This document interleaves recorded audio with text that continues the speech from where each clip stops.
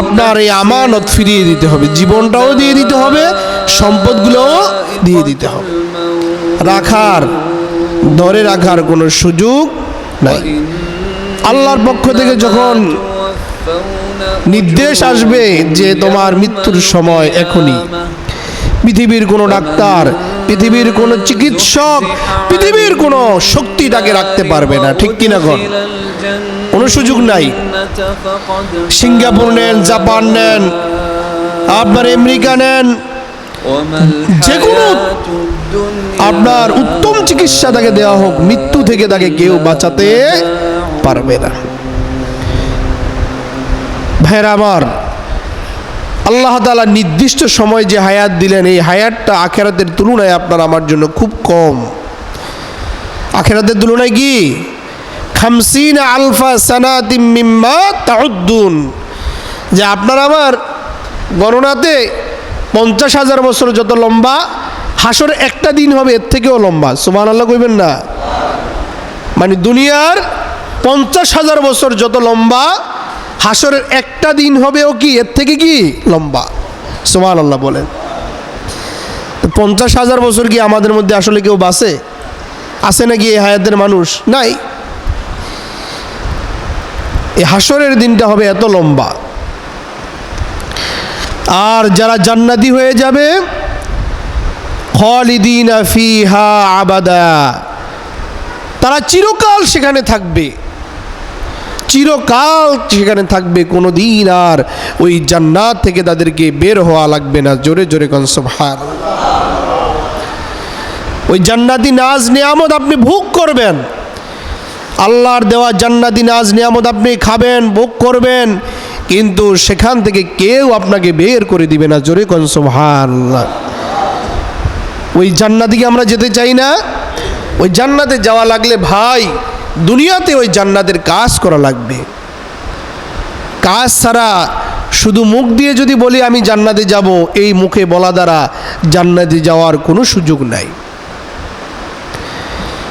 দুনিয়াতে নেক আমল করতে হবে, আল্লাহর দেওয়া জীবন আল্লাহর রাস্তায় পরিচালনা করতে হবে, ব্যয় করতে হবে, আল্লাহর দেওয়া সম্পদ ও আল্লাহর রাস্তায় ব্যয় করা লাগবে। মৃত্যুর সাথে সাথে ব্যক্তির নেক আমলের দরজা এবং বদ আমলের দরজা বন্ধ হয়ে যায়। তবে নেককার সন্তান যদি রেখে যায় কেউ, এই নেককার সন্তান যদি দোয়া করে, ওই নেককার সন্তানের দোয়ার বদৌলতে ওই মৃত ব্যক্তির কবরের আযাবগুলো আল্লাহ মাফ করে দেয়। বলেন সুবহানাল্লাহ। এগুলা হলো সদকায়ে জারিয়া। এরপরে এমন কোন আমল আপনি রেখে গেছেন যেটা আপনার মৃত্যুর পরেও মানুষ সেটাকে উপকার লাভ করতেছে। মৃত্যুর পরেও মানুষ সেটা থেকে কী লাভ করে? উপকার লাভ করতেছে। কিভাবে? মনে করেন আপনি এক জায়গায় কল নাই, আপনি মানুষের পানি পান করার জন্য আপনি একটা কল আপনি ব্যবস্থা করে দিলেন। এক জায়গায় দিয়ে মানুষ রাস্তাতে হাঁটতে পারে না, আপনি একটু মাটি মেরামত করে মাটি দিয়ে এটাকে সুন্দর করে দিলেন। একটা মসজিদ করে দিলেন, মানুষ যতদিন নামাজ পড়বে ততদিন পর্যন্ত আপনি সওয়াব পেতে থাকবেন। বলেন সুবহানাল্লাহ। আপনি মসজিদের একটা মাইক কিনে দিলেন, যতদিন ওই মাইকে আজান হবে ততদিন পর্যন্ত আপনার আমল নামার মধ্যে সওয়াব আল্লাহ দান করতে থাকবে। বলেন সুবহানাল্লাহ। মসজিদে একটা ফ্যান কিনে দিলেন, যতদিন পর্যন্ত ওই ফ্যান থেকে মানুষ উপকার লাভ করবে ততদিন আপনার আমল নামার মধ্যে, আপনি মরে গেলেও আপনার আমল নামার মধ্যে সওয়াব হতে থাকবে। বলেন সুবহানাল্লাহ। আপনি একটা বৃক্ষ লাগাইলেন, গাছ, এই গাছ ফল দেয়, এই ফল পাখি খায়, মানুষ খায়, চিনা অচেনা পথিক, জানা অজানা কত মানুষে খায় না ফল। আপনি এই কবরে শুয়ে শুয়ে এই গাছ রোপণ করে গেছেন, এই জন্য আপনি সওয়াব পাবেন। বলেন সুবহানাল্লাহ। এরপরে আপনি গাছ যদি ফল নাও দেয়, গাছ কিন্তু মানুষকে ছায়া দেয়, দেয় কি না? ছায়া দেয় না? দেখবেন একটা বট গাছ লাগানো আছে, মানুষ দূর দূরান্ত থেকে হাঁটার পরে ক্লান্ত হয়ে এসে গাছের ছায়ার নিচে মানুষ আশ্রয় নেয়। এরকম নেয় কি না? আশ্রয় নেয় না? এই যে বট গাছের ছায়ার নিচে মানুষ আশ্রয় নিল, যত মানুষ এখান থেকে উপকার নিতেছে ছায়ায় বসে, আপনার আমল নামার মধ্যে সওয়াব হতে থাকবে। বলেন সুবহানাল্লাহ। কিন্তু আমরা তো মনে করি নিজের জায়গাতেই গাছ লাগাই, কিন্তু আপনি যদি অন্য কোনো জায়গাতেও আপনি গাছ লাগাইয়া দেন, সরকারি জায়গা আছে বা পরিত্যক্ত কোনো জায়গা আছে, আপনি একটা গাছ লাগাইয়া দিলেন, আপনি এটার ফল খান নাই, এটার থেকে আপনি উপকার নেন নাই, কিন্তু মানুষ উপকৃত হয়েছে, এতেও আল্লাহ তাআলা আপনাকে সওয়াব দান করবে। বলেন সুবহানাল্লাহ। এই আমলগুলো করতে হবে। মনে রাখবেন, মৃত্যুর পরে মানুষ সব থেকে বড় অসহায় হয়ে যায়। ইয়াউমুল বারজাক, কবরের জিন্দিগি। এই কবরের জিন্দিগিটা হলো মানুষের জন্য সব থেকে ভয়াবহ জায়গা। নেককার যারা, নেক আমল যারা করে, এই কবর তাদের জন্য জান্নাতের নাজ নেয়ামত দ্বারা পরিপূর্ণ হয়ে যায়। জোরে কোন সুবহানাল্লাহ। আপনারা জানেন, এই ওয়াজ আপনারা শুনছেন না, নবীজির মেয়ে ইন্তেকালের পরে কবর খনন করতেছেন আবু যর গিফারি রাদিয়াল্লাহু তাআলা আনহু। তিনি কবর খনন করতেছেন, কবরকে তিনি কথা বলতেছেন কবরের সাথে, হে কবর, তোমার মধ্যে যাকে রাখবো আজকে তুমি জানো, তিনি হলেন হাসান এবং হুসাইনের মা। কবর থেকে কোনো জবাব আসে নাই। মাটি কি কথা বলতে পারে নাকি? মাটি কথা বলতে পারে না, কবর থেকে কোনো আওয়াজ নাই। তা আবার বললেন, এই কবর, তোমার মধ্যে যাকে রাখবো, তোমার মধ্যে যাকে রাখবো তিনি হলেন হযরতে আলী রাদিয়াল্লাহু তাআলা আনহুর স্ত্রী। কবর থেকে কোনো জবাব আসে নাই। তিনি আবার বললেন, হে কবর, তোমার মধ্যে যাকে রাখবো তিনি হলেন বিশ্বনবী মুহাম্মদুর রাসূলুল্লাহ সাল্লাল্লাহু আলাইহি ওয়াসাল্লামের মেয়ে, কলিজার টুকরা ফাতেমা। সাবধান, তার সাথে তুমি বেয়াদবি করবে না। কবর থেকে আওয়াজ আসলো, হে আবু যর গিফারি, আমি কবর কোনো মানুষের পরিচয় গ্রহণ করি না। যদি ব্যক্তি নেক আমল করে, আমি কবর তার জন্য জান্নাতের বাগান হয়ে যাই। সুবহানাল্লাহ পড়ে। আর ব্যক্তি যদি বদ আমল করে, বদকার হয়, ওই ব্যক্তির জন্য কবরটা হয়ে যায় আযাবের স্থান।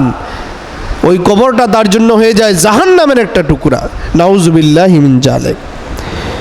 এই জন্য কোনো পরিচয়, বিশ্ব নবী জনাবে মুহাম্মদুর রাসূলুল্লাহ সাল্লাল্লাহু আলাইহি ওয়াসাল্লামের মেয়ে, এই পরিচয় যদি কবর গ্রহণ না করে, আপনার আমার মতো সলুমুদ্দি আর এই সাধারণ মানুষের পরিচয় কি কবর গ্রহণ করবে? কখনো করবে না।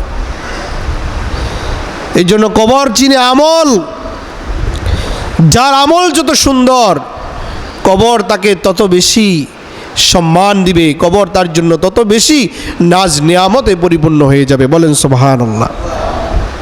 ভাইয়েরা আমার, এই কবরের মধ্যে দেখেন না যে প্রশ্নগুলোও করা হচ্ছে, দুনিয়ার স্বাভাবিক কোনো প্রশ্ন না। মান রব্বুকা, তোমার রব কে? বলেন না, আমাদের রব কে? আল্লাহ। প্রশ্ন করা হবে, মান রব্বুকা, তোমার রব কে? এখন দুনিয়াতে আল্লাহ আমরা বলে দিতে পারি যে আমার রব হলো কে? আল্লাহ। কেন পারি? কারণ এটা মুখস্থ আছে। দৈনিক নামাজের মধ্যে ঘোষণা দিতেছে আলহামদুলিল্লাহি রব্বিল আলামিন, প্রতিদিন পড়তেছেন। এটার উত্তরও মুখস্থ আছে, মাশাআল্লাহ, জিজ্ঞাসা করলে সবাই পারি। কিন্তু কবরের মধ্যে এই মুখস্থ জবাব দেওয়া যাবে না। নেক আমল যদি থাকে, এই নেক আমলের বদৌলতে কবরের মধ্যে আপনার জবান দিয়ে উত্তর বের হয়ে যাবে। সুবহানাল্লাহ পড়েন। 2 নম্বর প্রশ্ন হলো ওমা দীনুকা, তোমার দিন কি? এটা কিন্তু দিন আর রাত এরকম নয়। দিন মানে হলো ধর্ম, যে তোমার ধর্ম কি? বলেন আমাদের ধর্ম কি? ইসলাম। এটা কিন্তু আমরা জানি। দুনিয়াতে যখন প্রশ্ন করে তোমার ধর্ম কি, তুমি কোন ধর্মের অনুসারী, আমরা সবাই বলি আমি ইসলাম ধর্মের অনুসারী। কিন্তু এটা মুখস্থ করে ভাইরা আমার উত্তর দিতে পারবেন না। যদি নেক আমল না থাকে, আমল যদি খারাপ থাকে, তাহলে কবরের মধ্যে এই উত্তরটা আপনার মুখ দিয়ে আসবেই না। এরপরে প্রশ্ন করা হবে ওমান নবিয়ুকা, তোমার নবী কে? আমাদের নবীর নাম কি? হযরত মুহাম্মদ সাল্লাল্লাহু আলাইহি ওয়াসাল্লাম। অথবা মান হাজার রাসূল, এই লোকটাকে উপস্থিত করা হবে, আল্লাহ রসুল সাল্লাল্লাহু আলাইহি ওয়াসাল্লামের রসুলকে উপস্থিত করে জিজ্ঞাসা করবে যে তুমি কি ওনার সম্পর্কে কিছু জানো? ইনি কে? ব্যক্তি যদি নেককার হয়, ব্যক্তি রসুলকে দেখে চিনতে পারবে। সুবহানাল্লাহ পড়েন। এখন এই কবরকে যদি আপনি বিশ্বাস না করেন, কবরে আযাব আছে এটাও সত্য, আযাবুল কবরে হাক্কুন, কবরের আযাব সত্য, এটা যদি আমি বিশ্বাস করতে না পারি, তাহলে আমি যে ইমানদার বলে পরিচয় দেই,